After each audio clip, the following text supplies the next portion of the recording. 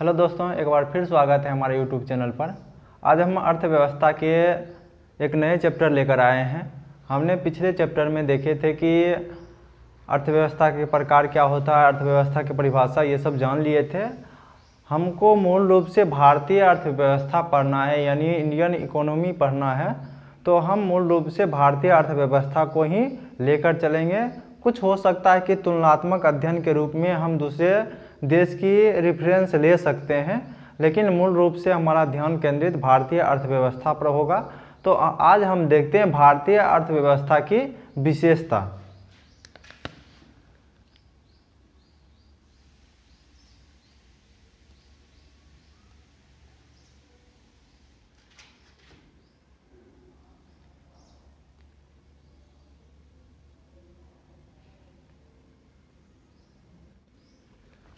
तो भारतीय अर्थव्यवस्था की विशेषता क्या क्या हो सकती है। एक तो हम यह करेंगे कि भारतीय अर्थव्यवस्था के विशेषता में सिर्फ ये लिख देंगे कि ये विशेषता होती है, उसका कारण नहीं बताएंगे, तो इससे कोई लाभ नहीं होने वाला है। तो हम भारतीय विशेषता के यानी अर्थव्यवस्था का जो भी विशेषता है उसके साथ साथ उसका कारण और परिणाम भी हम गिनाते जाएंगे, ताकि आप लोग अच्छी तरह से उसको समझ सके। तो भारतीय अर्थव्यवस्था का सबसे पहला हम देखते हैं कि ये विकासशील अर्थव्यवस्था है।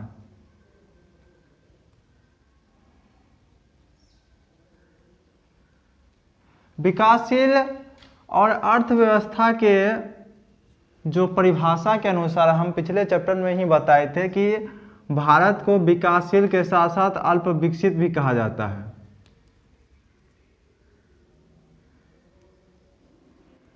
यानी भारतीय अर्थव्यवस्था को विकासशील के साथ साथ अल्प विकसित भी कहा जाता है। अल्प विकसित क्यों कहा जाता है, इसका भी हम कारण बताएंगे, और इसका क्या क्या कारण हो सकता है, कौन कौन सा ऐसा कारण है जिसको हम या तो विकासशील के अंतर्गत रखते हैं या अल्प विकसित के अंतर्गत रखते हैं। क्योंकि बराबर आप लिखते हुए देखेंगे कि इंग्लिश में आप लिखे हुए देखेंगे कि इंडिया इज ये अंडर डेवलप्ड कंट्री लिखा जाता है। अंडर डेवलप मतलब होता है अल्प विकसित। ये विकासशील का जो इंग्लिश होता है उसको कहा जाता है डेवलपिंग कहा जाता है। तो अर्थव्यवस्था में पराया ये दोनों में अलग नहीं माना जाता है, लेकिन मानना चाहिए, लेकिन माना नहीं जाता है। तो हम देखते हैं कि कौन कौन से कारण के होने के कारण भारतीय अर्थव्यवस्था को विकासशील या अल्प विकसित कहा जाता है। तो सबसे पहला कारण जो है अल्प विकास का क्या लक्षण हो सकता है। पहला होता है कि निम्न जीवन स्तर।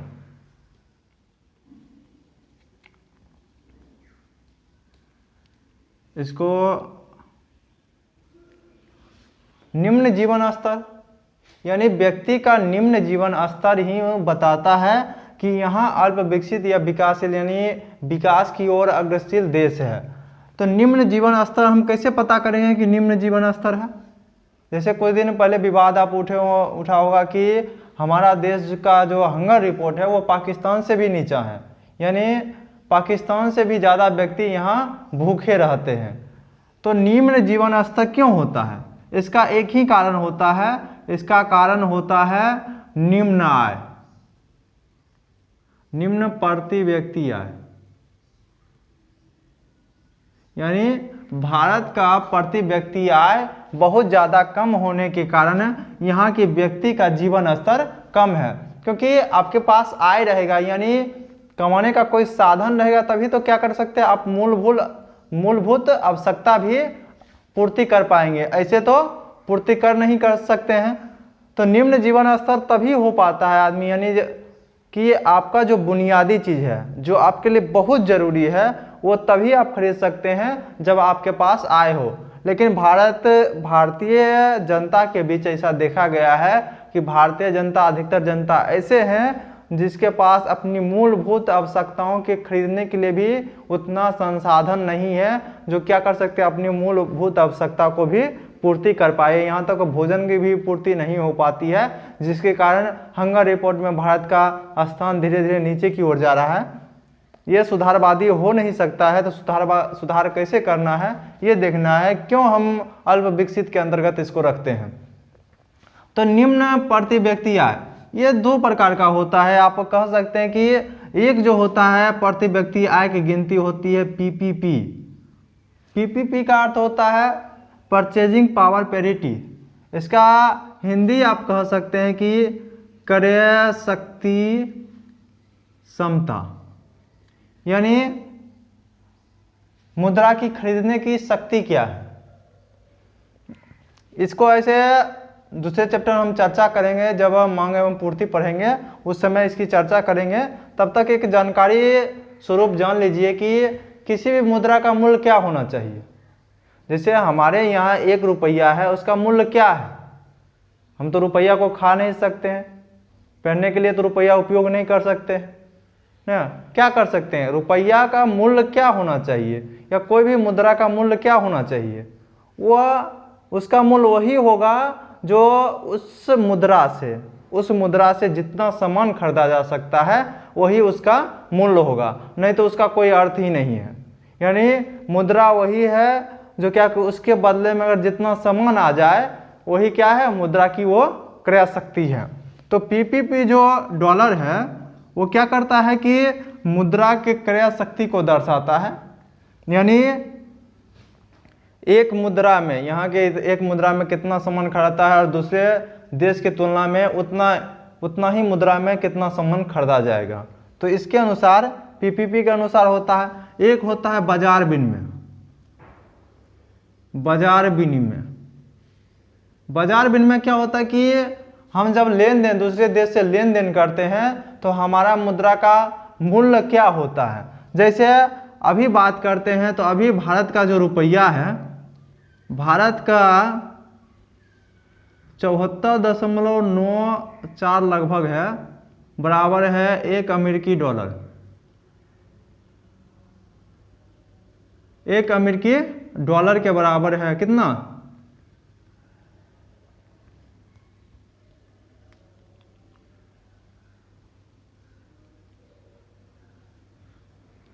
74 रुपया 94, यानी 75 रुपया का लगभग माना जाता है। यानी 75 रुपया के बराबर 1 अमेरिकी डॉलर है। लेकिन वही पीपीपी पे नापेंगे इसको तो क्या होगा कि इसका मान लगभग बताता है कि 20 दशमलव कुछ है। यानी आप समझ सकते हैं कि 20 रुपया में यहाँ जो सामान खरीदा जाएगा वहाँ 1 डॉलर में खरीदा जाएगा। वहाँ कितना डॉलर में खरीदा जाएगा, 1 डॉलर में खरीदा जाएगा। यानी 20 रुपया का सामान, यानी 20 रुपया में अब जितना सामान भारत में लेंगे उतना ही सामान 1 डॉलर में अमेरिका में मिलता है। तो ये क्या है, ये वास्तविक दिखाता है, ये वास्तविक रिपोर्ट दिखाता है कितना ओरिजिनल मूल्य होना चाहिए। लेकिन बाजार विनिमय की दर पर क्या होता है, देखिए बहुत ज़्यादा अंतर हो जाता है। यहाँ 20 हो गया, यहाँ 74 हो गया, बहुत ज़्यादा अंतर हो जाता है। यानी बाजार विनिमय दर वास्तविक नहीं बताता है, ये परिस्थिति के अनुसार बदलते रहता है। आप देख सकते हैं कि मुद्रा का कीमत, हमारी मुद्रा का कीमत बाजार में क्या है, पीपीपी में ये है लेकिन बाजार में ये है। तो पीपीपी डॉलर के अनुसार भारतीय व्यक्ति का प्रति वर्ष आय जो है वो है 6600 का लगभग है। अब याद करने की जरूरत नहीं है, 6600 पीपीपी डॉलर हुआ। उसके बाद इधर की बात करते हैं तो इधर हो जाता 1900 कुछ है, लगभग 67 इसी प्रकार का है वार्षिक। यानी प्रति व्यक्ति आय जो है भारत का इधर 6600 डॉलर लगभग। ये याद करने के लिए नहीं है, ये सिर्फ समझाने के लिए है कि इतना अंतर पाया जा रहा है। यानी प्रति व्यक्ति आय में भी इतना ज़्यादा अंतर पाया जा रहा है। यहाँ 1967 लगभग डॉलर हो गया और उसके बाद इधर 6600 डॉलर हुआ। तो ये जो प्रति व्यक्ति आय है, ये कैसे आप कहेंगे कि प्रति व्यक्ति आय कम है। जैसे हम निशान ही बनाते, ये बताइए कि ये निशान छोटा है या बड़ा। तो इसमें कन्फ्यूजन है कि कैसे हम इसको छोटा कहें या बड़ा कहें, या इसको छोटा अगर कहेंगे, अगर इसके बगल में बड़ा पाई खींच देंगे तो ये छोटा हो गया, और इसके बगल में छोटा सा पाई खींच देंगे तो ये बड़ा हो जाएगा। तो ये तुलनात्मक रूप से अध्ययन होता है, यानी दूसरे देश से तुलना करके देखते हैं कि दूसरे देश का क्या है। ये तो हो गया भारत का। चीन के ले लेते हैं, चीन का लगभग है 17,200 का लगभग है। और ये 17,200 का लगभग है। उसके बाद विश्व की बात किया जाए तो विश्व के प्रति व्यक्ति यानी कुल प्रति व्यक्ति आय का भी लगभग वही है, $17,500 के। पीपीपी डॉलर की बात हो रही है, इतना के लगभग है। यह चीन और विश्व आप तुलना कर सकते हैं कि लगभग 2.5 गुना के लगभग हो गया। और यूएसए की बात किया जाए तो वो लिखता है 59,000 यानी 60,000 के लगभग होता है। 59,000 के लगभग इसका डॉलर है पीपीपी डॉलर। पीपीपी डॉलर जो है ये क्या है, यूएसए का प्रति व्यक्ति आय है। और सबसे ज़्यादा कतर का है, कतर का सबसे ज़्यादा है, लगभग 1.25 लाख यानी 1,25,000 के लगभग है।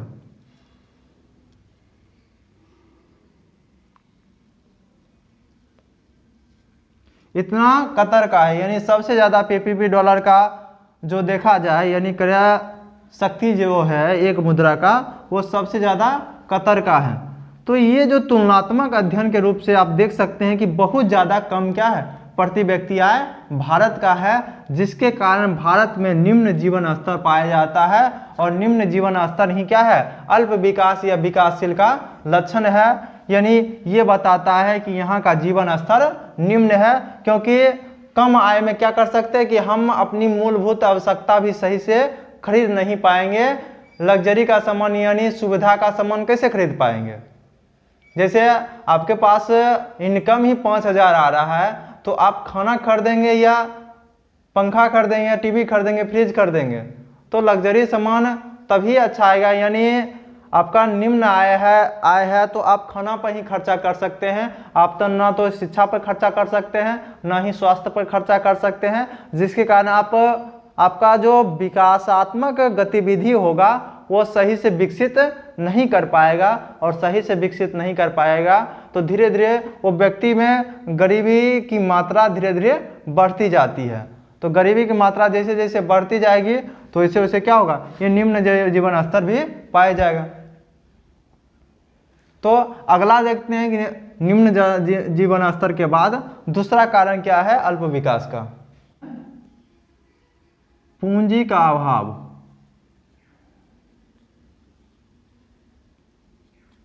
पूंजी का अभाव क्या होता है, देखिए कि अर्थव्यवस्था में जो होता है कि पूंजी का अर्थ होता है मशीनरी या फैक्ट्री से किया जाता है। यानी अगर कहा जाएगा कि पूंजी का अभाव जो है वो किस तुलनात्मक अध्ययन में अगर देखा जाएगा तो यहाँ तो पूंजी का अर्थ तो आप रुपया पैसा से लगाएंगे, लेकिन अर्थव्यवस्था के संदर्भ में देखा जाए तो पूंजी जहाँ जहाँ लिखा हुआ रहेगा वहाँ अधिकतर ऐसा माना जाता है कि वहाँ कल कारखाने फैक्ट्री की बात, मशीनरी की बात की जा रही है। और जब ऐसा लगाया जाता है तो ऐसा बोला जाता है कि पूंजी निर्माण हो रहा है। तो ये पूंजी निर्माण, अब पूंजी का अभाव कैसे बताएंगे, यानी कैसे हम कह सकते हैं कि पूंजी का अभाव है। तो पूंजी का अभाव की तुलना यानी दूसरे संसाधन से करते हैं। तो पूंजी का अभाव इसलिए कह सकते हैं कि दूसरे संसाधन की तुलना में यहाँ क्या है कि पूंजी का अभाव है। जैसे यहाँ जितना मानव संसाधन है या अन्य प्रकार के प्राकृतिक संसाधन है, उतना संसाधन क्या है कि उतना संसाधन के अनुरूप ये पूंजी यहाँ नहीं है, यानी मशीनरी और फैक्ट्री नहीं है, जिसके कारण क्या है कि यहाँ सिर्फ प्राकृतिक उत्पादक के रूप में देश शुरू से ही अंग्रेज के द्वारा भी इसका उपयोग इसी के में किया गया था। तो पूंजी सही से नहीं होने के कारण यहाँ क्या होता है कि सही से उत्पादन नहीं हो पाएगा, और सही से उत्पादन नहीं हो पाएगा यानी मानव संसाधन का सही से उपयोग नहीं हो पाएगा, तो इसी से बेरोजगारी बढ़ेगी, निर्धनता बढ़ेगी, क्योंकि मानव संसाधन का सही से उपयोग नहीं हो पा रहा है। तो यह पूंजी अभाव के कारण ऐसा होता है। उसके बाद तीसरा हम लिख सकते हैं व्यापक बेरोजगारी एवं निर्धनता। इसका अलग से एक चैप्टर ही निर्धारित करेंगे। व्यापक यानी बेरोजगारी जो है ये हमारे भारत का सबसे बड़ा समस्या है, और इसके लिए एक चैप्टर ही करना पड़ेगा, ऐसे तो होने वाला नहीं है। थोड़ा सा जानकारी ले लीजिए, क्योंकि पूंजी का अभाव होने के कारण कि बेरोजगारी की स्तर, क्योंकि मानव संसाधन का उपयोग सही से नहीं हो पाने के कारण बेरोजगारी का स्तर बढ़ता है। और बेरोजगार आदमी होगा तो क्या होगा कि वो कम रुपया में ही काम करना शुरू कर देगा, और कम रुपया में काम करना शुरू कर देगा तो क्या होगा, वो धीरे धीरे निर्धन हो जाएगा। यानी पहले क्या था कि जितना निर्धनता पहले थी, यानी जिस समय आज़ादी मिली थी, या कुछ समय आप 20 साल पहले 30 साल पहले की बात किया जाए, तो उस समय मजदूर को सिर्फ दिन भर का खाना यानी 2 टाइम खाना भी मिल जाता था, तो वो अपने आप को सौभाग्यशाली समझता था कि हमें खाना मिल गया, हाँ, और हम काम करेंगे इसके साथ, यानी उसके यहाँ जाके काम करेंगे ताकि हमें 2 वक्त का खाना मिल सके। लेकिन अभी मजदूर को आप कहिएगा कि खाना पर रहने के लिए, तो वो नहीं रहने वाला है, क्योंकि उसके पास बार्गेनिंग क्षमता बढ़ गई है। उसको जब तक खाना के साथ कुछ रुपया नहीं दीजिएगा तब तक वो आपके यहाँ काम नहीं करेगा। तो ये निर्धनता जो है ये भी हमारे देश की समस्या है, और क्यों समस्या बनती जा रही है इसका कारण हम एक विशेष चैप्टर में करेंगे, क्योंकि ये हमारे भारत की प्रमुख समस्या में से एक है। उसके बाद लिखते हैं अधिक असमानताएं।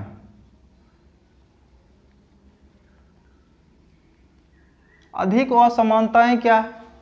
यानी आप रिपोर्ट बराबर एक पढ़ते होंगे कि यहाँ के कुछ धनी व्यक्ति के पास ही क्या है कि भारत का जो अधिकतर संपत्ति है कुछ ही धनी 1% व्यक्ति के पास ही सब सीमित है। तो ये अधिक असमानताएं की बात हो रही है, यानी यहाँ बहुत ज़्यादा गरीब के साथ साथ बहुत ज़्यादा अमीर व्यक्ति भी शामिल है। आप बराबर रिपोर्ट में पढ़ते होंगे कि मुकेश अंबानी जो है ये विश्व के 10वां अमीर व्यक्ति हैं। इसी प्रकार का रिपोर्ट बराबर बनते रहता है, दूसरा कभी आ जाता है। यानी जितना भी असमानताएं हैं ये अधिक असमानताएं के कारण ऐसा हो रहा है। असमानताएं किस प्रकार होती है? एक होता है आय का असमानताएं, एक होता है क्षेत्रीय असमानताएं।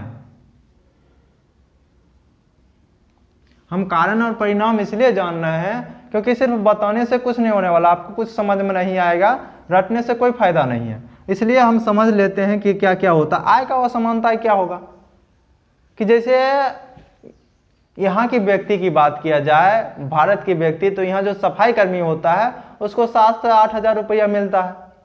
लेकिन विकसित देश की जितना भी बात करते हैं तो विकसित देश में ऐसा होता है कि वहाँ एक सफाई कर्मी का भी वेतन की बात किया जाए तो बहुत ज़्यादा अधिक होता है, यानी रिस्पेक्टेबल होता है कि ताकि क्या हो सके कि वो अपना सही से खान पान कर सकते हैं, कहीं अपने बच्चे को सही से शिक्षा में लगा सकते हैं। लेकिन यहाँ से सही आय नहीं होने के कारण यहाँ का जो व्यक्ति का कम आय होता है वो सही से क्या कर पाता है कि अपने बच्चे का सही शिक्षा नहीं दे पाता है, और सही से शिक्षा नहीं दे पाने के कारण क्या होगा कि उस बच्चे का विकास नहीं हो पाएगा। जिस बच्चे को शिक्षा दी जानी चाहिए था, जो शिक्षा दी जानी थी, जो स्वास्थ्य की सेवाएं दी जानी थी, वो नहीं दिया गया, और नहीं दिया गया तो क्या होगा, वो सही से उसका विकास नहीं हो पाएगा।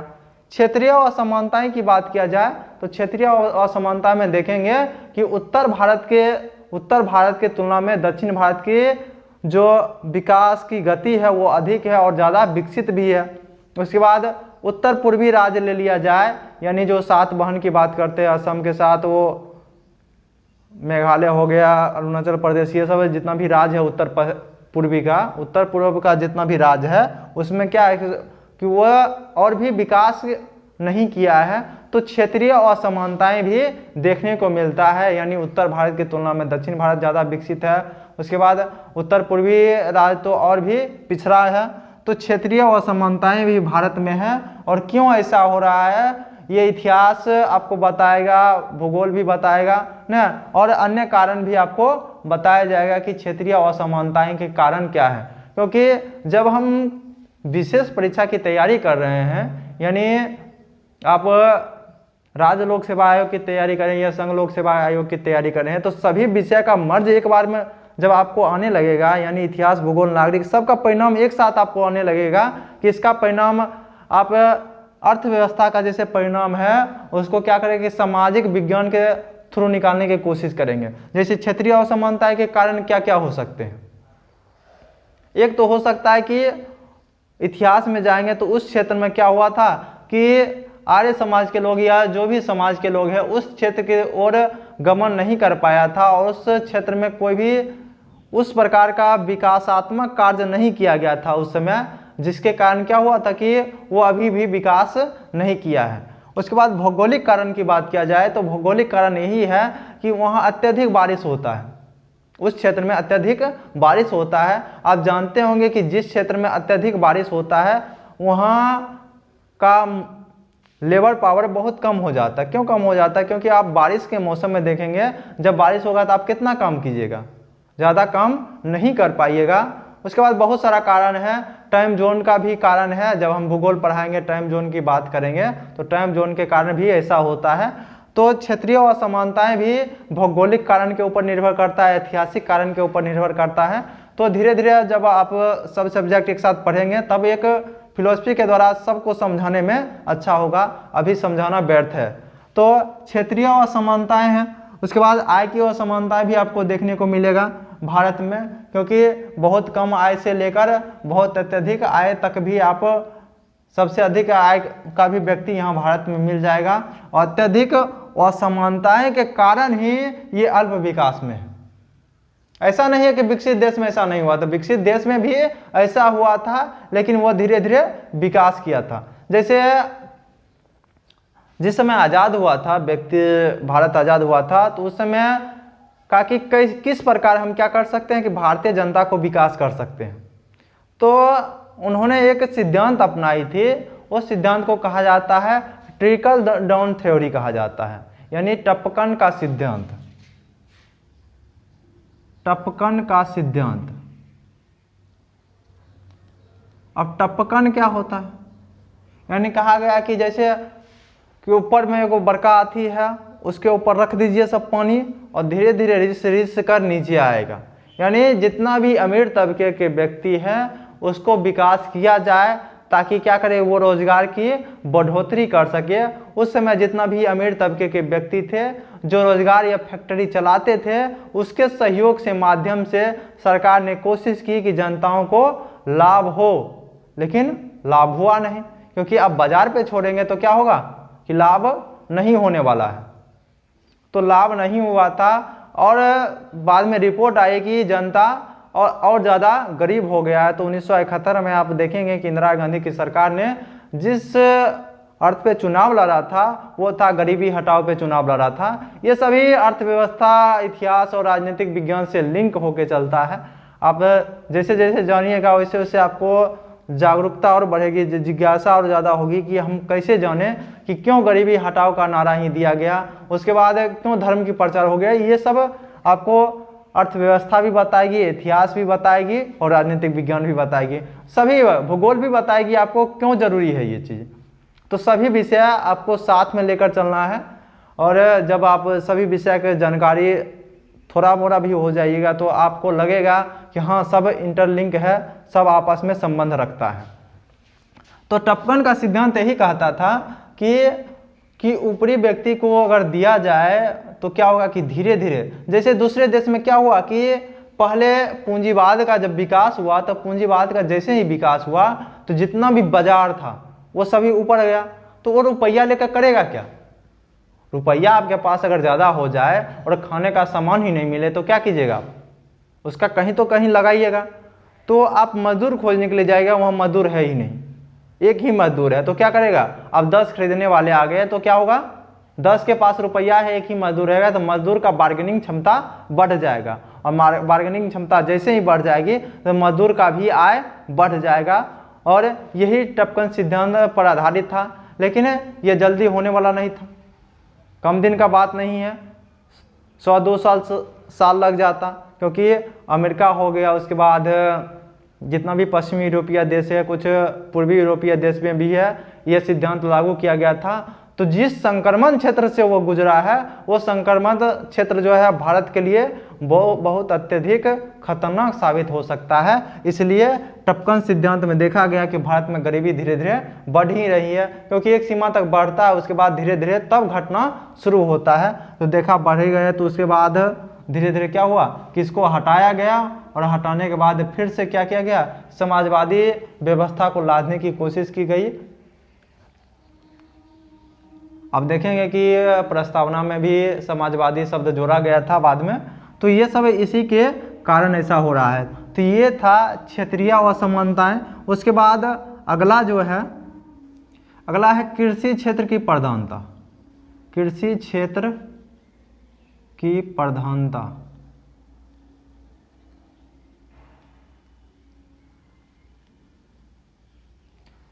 अब कृषि क्षेत्र की प्रधानता का अर्थ क्या होता है?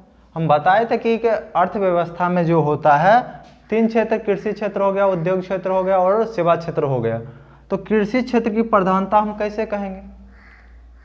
तो अर्थव्यवस्था का जो स्ट्रक्चर होता है, कहा जाता है, उसमें आप कृषि क्षेत्र की प्रधानता 2 अर्थ में ज्ञात कर सकते हैं। एक होता है जीडीपी में कृषि क्षेत्र की भूमिका, उसके बाद रोजगार में। तो जीडीपी में आप इधर लिख दीजिएगा कृषि, उसके बाद उद्योग,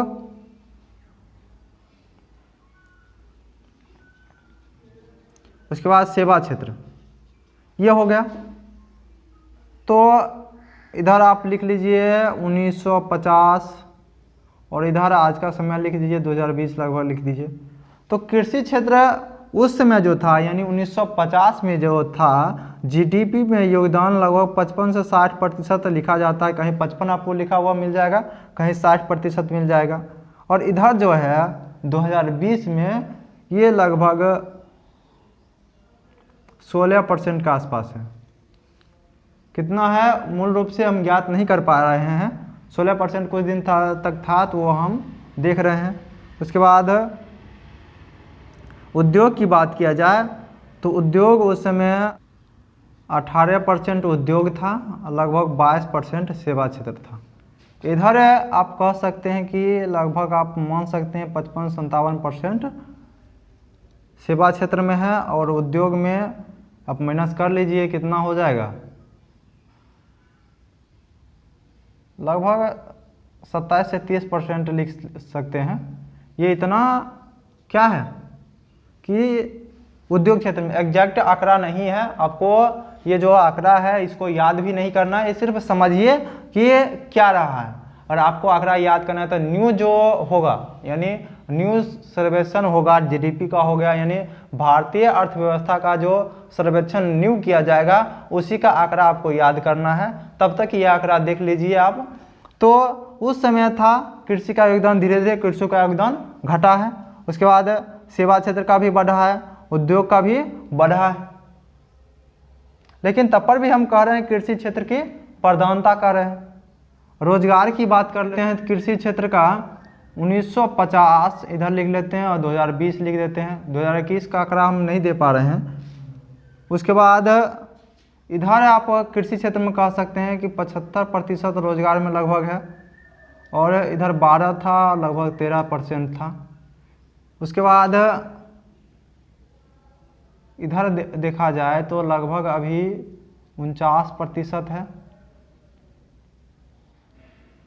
ये 24% है और ये 27% है। तो जीडीपी में आप देख रहे हैं कि कृषि का योगदान धीरे धीरे घटा है, इसमें भी घटा है, और उद्योग क्षेत्र का भी बढ़ा है, सेवा क्षेत्र का भी बढ़ा है, इधर भी दोनों का बढ़ा है। लेकिन तब पर भी हम कह रहे हैं कि कृषि क्षेत्र की प्रधानता है। क्यों कह रहे हैं ऐसा?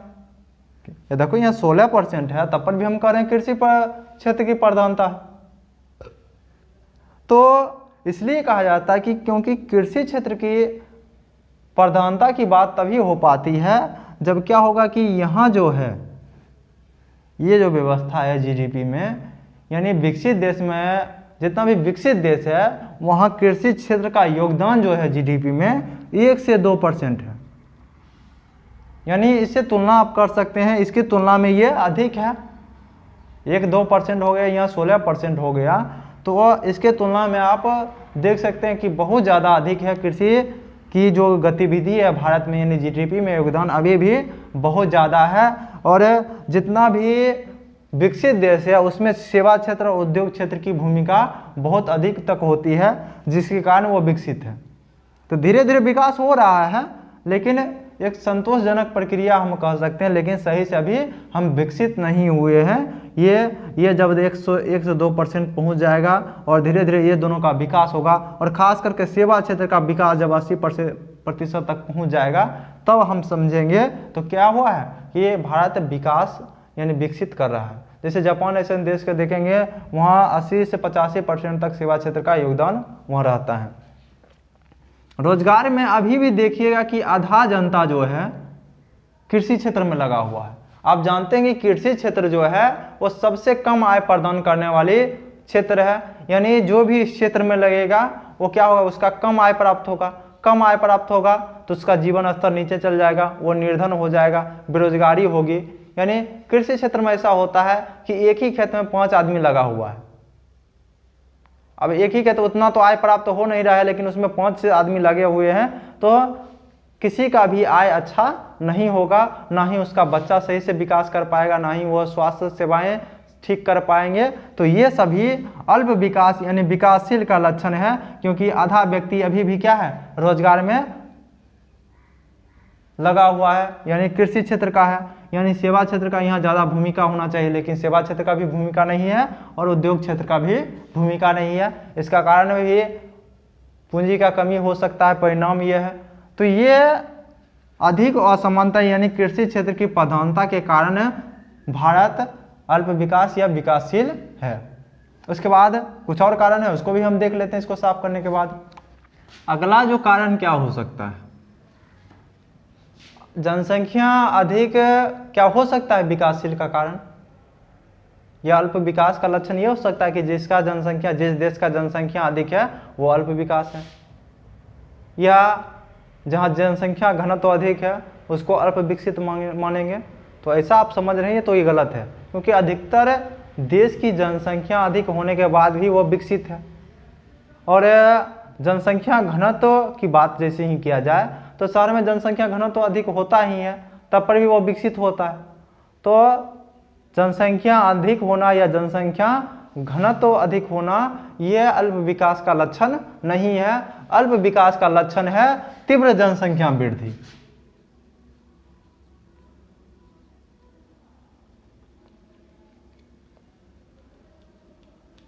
यानी जनसंख्या में तीव्र वृद्धि होगा, यानी बहुत अधिक वृद्धि हो जाएगा, तो उसी को कहा जाता है, ये जो हो गया ये अल्प विकास का लक्षण हो गया। यानी जितना अधिक में क्या होगा कि जितना तीव्र गति से जनसंख्या बढ़ रही है उतनी तीव्र गति से उसको मूल आवश्यकताएं पूर्ति नहीं हो पा रही है, जिसके कारण वो अल्प विकास की ओर बढ़ रहा है, यानी अल्प विकसित बना हुआ है। तो जनसंख्या, अब बताइए कि जनसंख्या वृद्धि क्यों होती है। जनसंख्या वृद्धि का जो कारण है वो क्या कारण हो सकता है जनसंख्या वृद्धि का। तो जनसंख्या वृद्धि का कारण आप एक अर्थ में आप समझ सकते हैं कि मृत्यु दर अधिक होने के कारण ही जनसंख्या दर अधिक था। यानी एक डायग्राम के माध्यम से हम समझाने की कोशिश करते हैं कि जनसंख्या का वृद्धि तीव्र क्यों होती है। जैसे आप लिख सकते हैं BR यानी बर्थ रेट हो गया, उसके बाद डेथ रेट यानी मृत्यु दर हो गया, यह जन्म दर हो गया, इसको हिंदी में भी लिख देते हैं जन्म दर, और ये मृत्यु दर। उसके बाद पॉपुलेशन ग्रोथ यानी PG शॉर्ट फॉर्म में लिख रहे हैं, जनसंख्या वृद्धि।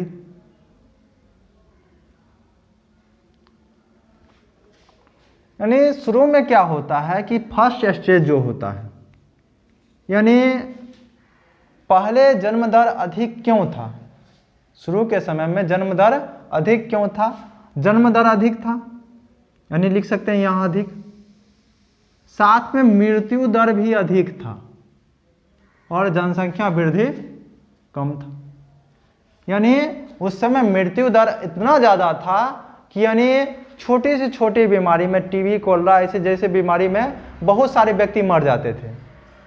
यानी पहले ऐसा बोला जाता था, आप सुनेंगे बुजुर्ग से, कि सिर्फ बुखार से आदमी कितना आदमी मर जाता था। तो बुखार से आदमी मर सकता है, यानी छोटी से छोटी बीमारी में आदमी मर जाता था। और अब व्यक्ति मान लीजिए कि 2 ही बच्चा पैदा किए, और क्या हुआ कि दोनों बच्चा कि कोई ठीक है कि दोनों बच्चा जीवित रहेगा? कोई ठीक नहीं है, क्योंकि कौन सा बीमारी कब आ जाएगा कि दोनों बच्चा निपट जाएगा। तो इसलिए उस समय जो व्यक्ति थे, अब मृत्यु दर अधिक होने के कारण ही जन्म दर अधिक था। यानी 8-10 बच्चे होंगे तो 2-3 तो बच ही जाएंगे उसमें से, ऐसा व्यक्ति का अनुमान था, जिसके कारण क्या कि अधिक जन्म दर उस समय अधिक था। यानी मृत्यु दर अधिक होने के कारण ही जन्म दर अधिक था, और जिसके कारण जनसंख्या वृद्धि कम था। कभी कभी जनसंख्या वृद्धि ऐसा देखा गया कि माइनस में चला गया। माइनस में कैसे जा सकता है? तो ये मृत्यु दर अधिक होने के कारण ही माइनस में भी चला गया था। तो जनसंख्या वृद्धि तभी होती है, यानी जनसंख्या की तीव्र जनसंख्या बर्थ रेट यानी जन्म दर अधिक तभी हो उस समय इसलिए था क्योंकि मृत्यु दर अधिक था। दूसरा स्टेज हम थोड़ा जगह छोड़ के लिखते हैं। जन्म दर तो अधिक बना रहेगा। क्या हुआ कि मृत्यु दर, स्वास्थ्य सेवाएं अच्छी होने के कारण मृत्यु दर कम हो गया। यानी यहां लिख सकते हैं कम हो गया। यहाँ जन्म दर अधिक है, ये है, आदमी की डर बना हुआ है, लेकिन स्वास्थ्य सेवाएं अच्छी होने के कारण क्या हुआ, मृत्यु दर घट गया, और जिसके कारण क्या हुआ कि जनसंख्या वृद्धि अधिक हो गई। और अधिक होने के कारण इसी को कहा जाता है जनसंख्या विस्फोट की।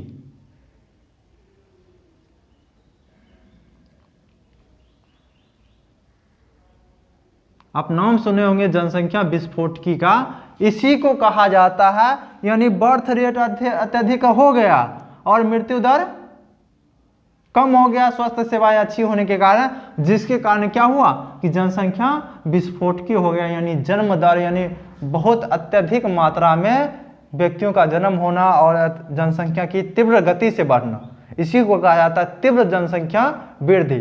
तो भारत लगभग इसी स्टेज में थोड़ा सा आगे बढ़ चुका है भारत। और तीसरा जो होता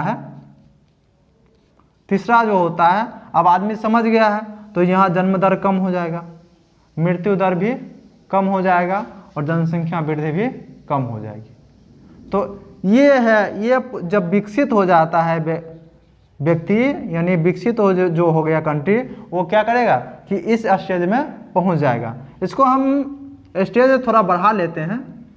स्टेज कैसे बढ़ाया जाएगा ये हम देख लेते हैं। कि आप मान लीजिए कि इसको 1 लिखिए, 2 नंबर यहाँ लिखते हैं, यहाँ अधिक ही है, अधिक है और मृत्यु दर कम होना शुरू हुआ और जनसंख्या वृद्धि अधिक होना शुरू,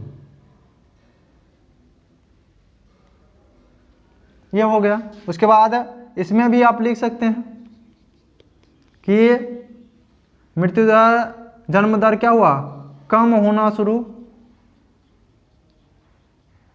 और ये तो कम है ही, इसमें लिख सकते हैं जनसंख्या वृद्धि कम होना शुरू। तो भारत लगभग ये स्टेज में पहुंचने वाले हैं। आप यहाँ से लिख सकते हैं कि यहाँ भारत है अभी, यानी भारत में कुछ दिन पहले जनसंख्या विस्फोट हुआ था और धीरे धीरे व्यक्ति को लग रहा है कि 2 बच्चे अगर होंगे तो दोनों बच्चे जीवित ही रह जाएंगे। तो जहाँ मृत्यु दर कम होने के कारण भारत में भी व्यक्ति समझदार हो रहे हैं, स्वास्थ्य सेवाएं अच्छी हो रही है। और स्वास्थ्य सेवाएं अच्छी नहीं होती तो व्यक्ति के समझदार होने से तो उस समय में व्यक्ति को बुर्बक ही माना जाता, क्योंकि आप 2 बच्चे पैदा किए और स्वास्थ्य सेवाएं अच्छी नहीं है, दोनों बच्चे मर गए, तो आपको बुर्बक ही समझा जाएगा कि आप होशियार नहीं हैं, 2 ही बच्चे पैदा किए, दोनों मर गए, तो होशियार नहीं समझा जाएगा। और जब अब क्या है कि अब डेथ रेट जो है यानी मृत्यु दर कम हो गया है, और मृत्यु दर कम होने के कारण अब जिनका बच्चा कम होता है यानी 2 हो गया तो दो बच्चे अब के लिए वो समझदार व्यक्ति हैं, लेकिन पहले के लिए वो समझदार व्यक्ति नहीं था जिनका 2 ही बच्चे था।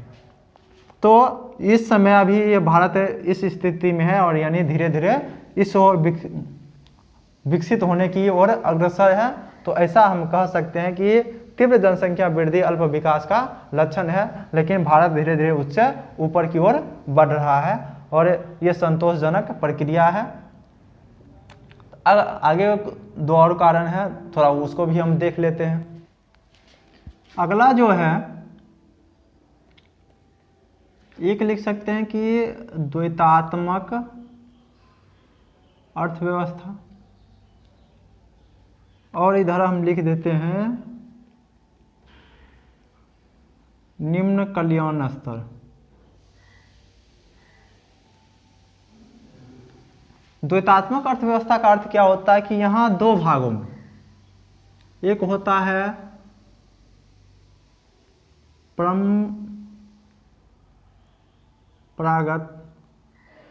परंपरागत जो व्यवस्था है उसका, और एक होता है आधुनिक। तो भारतीय अर्थव्यवस्था जो चल रहा है यानी आधुनिक में कम चल रहा है, लेकिन परंपरागत अर्थव्यवस्था अभी बहुत ज़्यादा चल रहा है। यानी कृषि से लेकर बहुत सारे साधन में ऐसा देखेंगे कि वहाँ परंपरागत व्यवस्था चल रही है, यानी बीज की अच्छी क्वालिटी नहीं है। कृषि क्षेत्र में अभी भी बहुत सारे ऐसे मशीन है जिसका प्रयोग नहीं किया जा रहा है। अभी भी कृषि में बाढ़ सिस्टम के द्वारा क्या पटवन किया जा रहा है, जो कि फसल के लिए भी अच्छी नहीं है और भूजल स्तर के लिए भी ठीक नहीं है कृषि में। तो परंपरागत स्रोत अभी भी चल रहा है। तो ये भी क्या है, अल्प विकास का लक्षण है। जब तक हम आधुनिक की तरफ नहीं बढ़ जाएंगे, आधुनिक सिस्टम पूरी तरह से लागू नहीं कर पाएंगे, तब तक क्या होगा कि हम विकसित की ओर नहीं बढ़ पाएंगे। तो परंपरागत व्यवस्था को हटाकर आधुनिक व्यवस्था में हमको जाना अत्यधिक आवश्यक है। उसके बाद निम्न कल्याण स्तर क्यों है, यानी कल्याण सरकार तभी कर पाएगी जब सरकार के पास आए हो। सरकार के पास आई तभी हो पाएगा जब प्रत्येक व्यक्ति क्या हो, कमाना शुरू कर देगा। यानी कमाना तो सबसे आता है, लेकिन प्रत्येक व्यक्ति का आय अत्यधिक हो जाएगा। जैसे अभी क्या है, 5 लाख तक का छूट है, 5 लाख से अधिक आपका आय अगर लगभग हो गया तो क्या आपके ऊपर टैक्स लगना शुरू हो जाएगा। और जैसे जैसे आप बढ़ते जाएगा आपका आय, वैसे वैसे आपका टैक्स भी बढ़ते जाएगा। तो टैक्स अत्यधिक हो जाता है तो सभी व्यक्ति का आय बढ़ेगा तभी टैक्स अत्यधिक होगा, और टैक्स अत्यधिक होगा तो सरकार का काम क्या है, एक तो होता है विकासात्मक कार्य करे, एक होता है जरूरी कार्य करे। जरूरी कार्य का अत्यधिक आ जाता है कि पुलिस हो गया, प्रशासन हो गया, इस प्रकार की व्यवस्था चलाना जरूरी है। सेना के ओर खर्चा करना है, क्योंकि आप सिर्फ अस्पताल बना नहीं सकते। सबसे पहले तो आपको सेना पर खर्चा करना होगा, पुलिस पर खर्चा करना होगा। यहाँ आप अस्पताल बना दिए, इधर झगड़ा हो ही रहा है, तो इसका कोई अर्थ नहीं होगा। तो इसलिए सबसे पहले बुनियादी ज़रूरत जो होता है सरकार उसी पर खर्चा करती है, क्योंकि वो तो ज़रूरत है ही। लेकिन जैसे जैसे सरकार की आय बढ़ेगी वैसे वैसे क्या करेगा, वो विकासात्मक कार्य करेगा। यानी अस्पताल बनाएंगे, उसके बाद स्कूल खोलेंगे, क्योंकि यहाँ स्कूल जो है सरकारी स्कूल, उसमें सही तरीके से शिक्षा नहीं मिल पाने के कारण ग्रामीण स्तर के बच्चों का विकास सही से नहीं हो पाता है, और सही से नहीं हो पाता है तो वो जीवन में आगे नहीं बढ़ पाता है, वो मजदूर का मजदूर ही रह जाता है अगर सही से शिक्षा नहीं मिल पाने के कारण। तो निम्न कल्याण स्तर किसके कारण होता है, सरकार के निम्न आय के कारण। निम्न आय हो गया, यानी बुनियादी जरूरत के पूरा करने के बाद भी हम विकासात्मक कार्य कर सकते हैं। तो सभी का आय बढ़ेगा तभी सरकार का भी आय बढ़ेगा, क्योंकि सरकार व्यक्ति से ही टैक्स लेकर अपना आय बढ़ाती है। तो ये सभी था अल्प विकास के कारण, यानी सिर्फ एक ही देख रहे हैं अभी विशेषता में, उसके बाद हमको और भी विशेषताएं देखनी है। एक ही विशेषता का इतना कारण था और इसको समझना बहुत ज़रूरी था, बिना समझे याद करने से कोई फ़ायदा नहीं है। तो देखते रहिए हमारे चैनल को, और आपको अच्छा लगे तो लाइक सब्सक्राइब ज़रूर करें, और अच्छा लगे तो दूसरे को ज़रूर बताएं। और जिसमें जो खराबी आवे, यानी जहाँ लगे कि आपको ये गलत हो रहा है या आपने गलत बताया, वो हमें ज़रूर बताएं। धन्यवाद।